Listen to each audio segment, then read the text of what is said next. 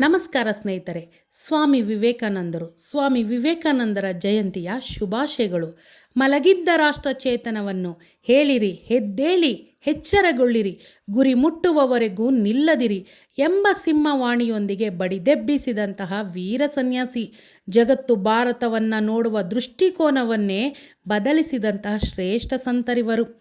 ಭಾರತ ಮತ್ತು ಹಿಂದುತ್ವದ ಬಗ್ಗೆ ಜಗತ್ತಿಗೆ ಪರಿಚಯಿಸಿದಂತಹ ಸನ್ಯಾಸತ್ವದ ಮೇರು ಪರ್ವತ ಸ್ವಾಮಿ ವಿವೇಕಾನಂದರು. ಅವರ ಜನ್ಮದಿನವನ್ನು ರಾಷ್ಟ್ರೀಯ ಯುವ ದಿನವಾಗಿ ಆಚರಣೆ ಮಾಡಲಾಗುತ್ತದೆ. ಸ್ವಾಮಿ ವಿವೇಕಾನಂದರು ಜನವರಿ 12, 1863ರಲ್ಲಿ ಕಲ್ಕತ್ತಾದಲ್ಲಿ ಜನಿಸಿದರು. ಬಾಲ್ಯದ ಹೆಸರು ನರೇಂದ್ರನಾಥ್ ದತ್.